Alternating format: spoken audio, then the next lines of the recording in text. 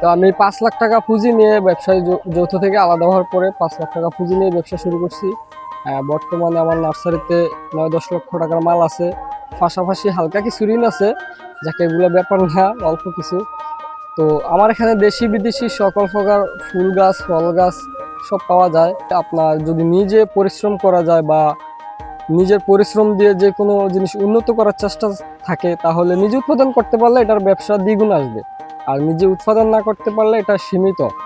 আর পাশাপাশি আমি 3জন লোক চালাচ্ছি।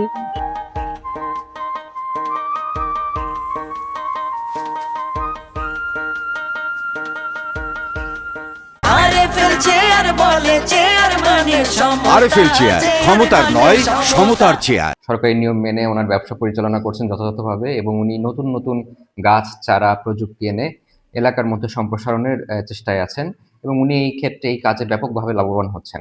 তা আমরা আশা করি ওনার মতো আরো যারা আছেন এই এই এই ক্ষেত্রে নিজেকে এগিয়ে নিতে যেতে চান, তারা আমাদের কৃষি অফিসের পরামর্শ সহায়তা নিয়ে আপনারাও এইভাবে উদ্যোক্তা হতে পারেন এবং নার্সারির মাধ্যমে এলাকায় নতুন নতুন প্রযুক্তি সরবরাহ করতে পারেন।